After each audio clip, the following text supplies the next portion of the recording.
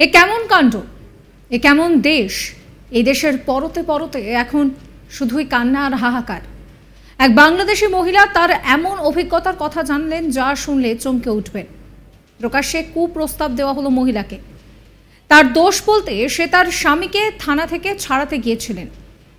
এই মহিলা জানাচ্ছেন যে আমার স্বামী ফোন করে বলেন যে রাস্তায় খুব ভিড়, পুলিশ পাসপোর্ট থাকা সত্ত্বেও মেরেছে, হাত ভেঙে দিয়েছে, গ্রেফতার করেছে। তারপর আমি থানায় গেলে বলে 40,000 টাকা দিলে ছেড়ে দেব। আমরা টাকা নিয়ে পরের দিন আবার যাই, কিন্তু দেখা করতে দেয়নি, ছাড়েওনি।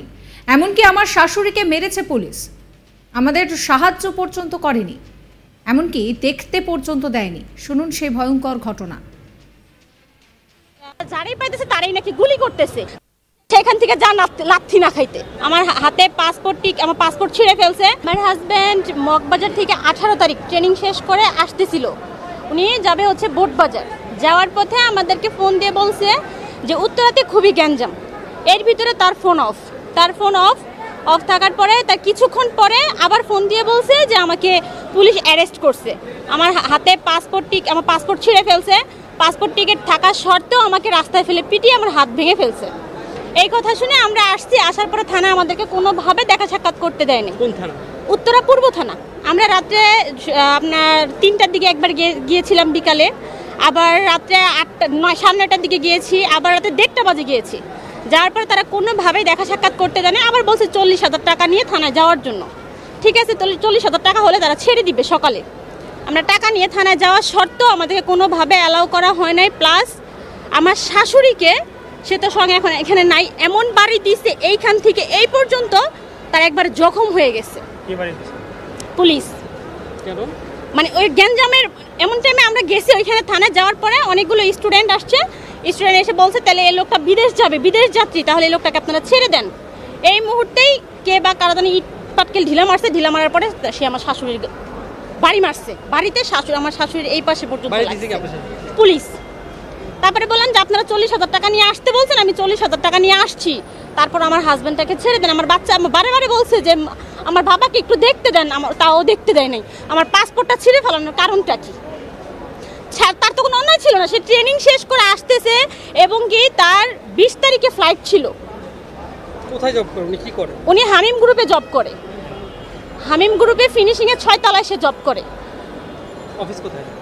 অফিস হচ্ছে মিলগেট, সিসিএল ইউনিট 2 তে সে জব করে। ওর নাম হচ্ছে নূর মোহাম্মদ। তারপরে কি হলো?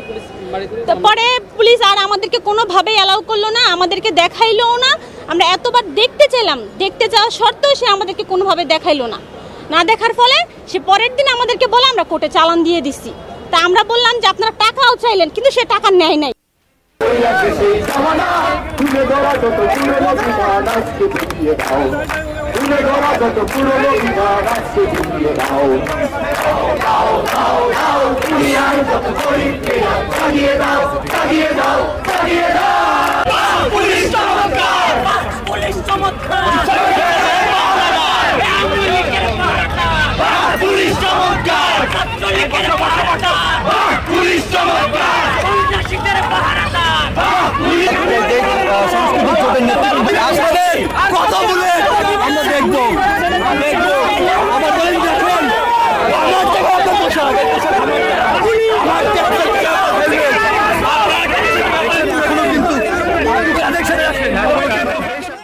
আরেক মহিলা বলছেন যে এই পুলিশরা ফাজলামি করে আমাদের সঙ্গে, কি করে ছেলেটাকে মারলো।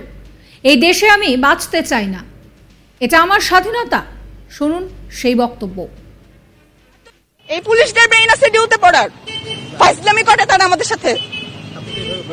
অবশ্যই বলতে পারি, সে একটা মেধাকে মারতে পারে না। কিভাবে সে রংপুরের ছেলেটাকে মারলো? সে এরকম করছে, তাকে গুলি মেরে দিল। তার তো বিশ্বাস আছে যে পুলিশ তাকে মারবে না, তাকে মেরে দিল কিভাবে? হাউ ডেয়ার দেয়ার! এরকম জায়গায় আমি বাঁচতে চাই না, মেরে ফেলুক আমাকে। আমি এইরকম দেশে বাঁচতে চাই না। পৃথিবীর কোন দেশে বাঙালি এখনো চাকরিও পাইতেছে না, কারণ বাংলাদেশের ভৌগোলিক আর পুরা দুনিয়ায় বাংলাদেশ এখন জানে বাংলাদেশ কেমন। একটা রেড অ্যালার্ট কান্ট্রি হচ্ছে বাংলাদেশ। অবশ্যই বলতে পারি, কারণ আমার মাতৃভূমি আর আমার মাতৃভূমি নাই। 1971 সালে যারা জান দিয়ে গেছে তারা থুতু ছুটতেছে এখন, যে এই জন্য আমি আমার দেশটাকে স্বাধীন করছিলাম। এটা আমার স্বাধীনতা। আমার ক্যাম্পাসে স্টুডেন্টরা নিজের ক্যাম্পাসে থাকবে, ক্যাম্পাসে বিজেপি বাইরে মোতায়েন করে দিয়ে ছাত্রলীগ ঢুকাই দিবে তাদেরকে মানার জন্য, এটা আপনি বলতেছেন স্বাধীনতা? আমি চাই না এই স্বাধীনতা।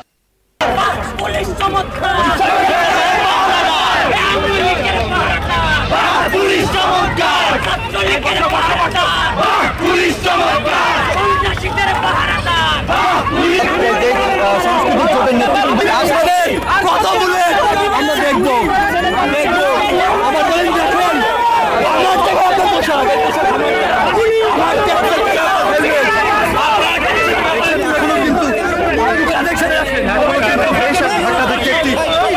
অবস্থা রয়েছে।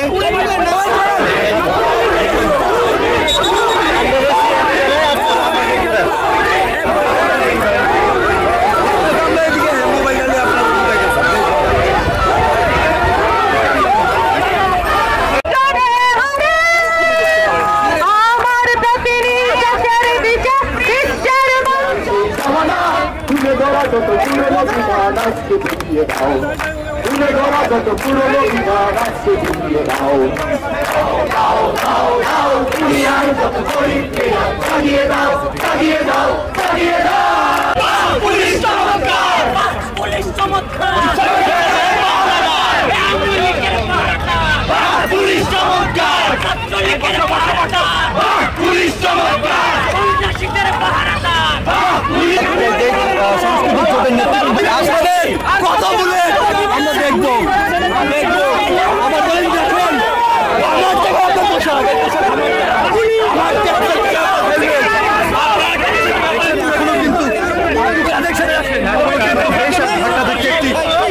অবস্থা রয়েছে।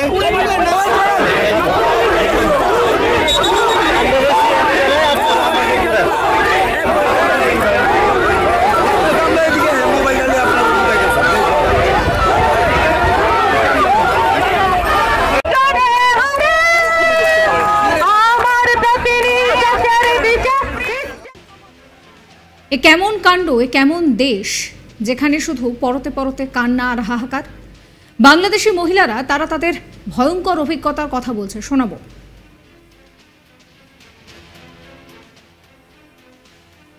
যারাই পাইতেছে তারাই নাকি গুলি করতেছে, সেখান থেকে যা লাথি না খাইতে। আমার হাতে আমার পাসপোর্ট ছিঁড়ে ফেলছে। আমার হাজব্যান্ড মগবাজার থেকে 18 তারিখ ট্রেনিং শেষ করে আসতেছিল, উনি যাবে হচ্ছে বোটবাজার। যাওয়ার পথে আমাদেরকে ফোন দিয়ে বলছে যে উত্তরাতে খুবই গ্যাঞ্জাম। এর ভিতরে তার ফোন অফ থাকার পরে তার কিছুক্ষণ পরে আবার ফোন দিয়ে বলছে যে আমাকে। সাবস্ক্রাইব করবেন আজ তাক বাংলার ইউটিউব চ্যানেলকে, ফলো করবেন হোয়াটসঅ্যাপ চ্যানেলও।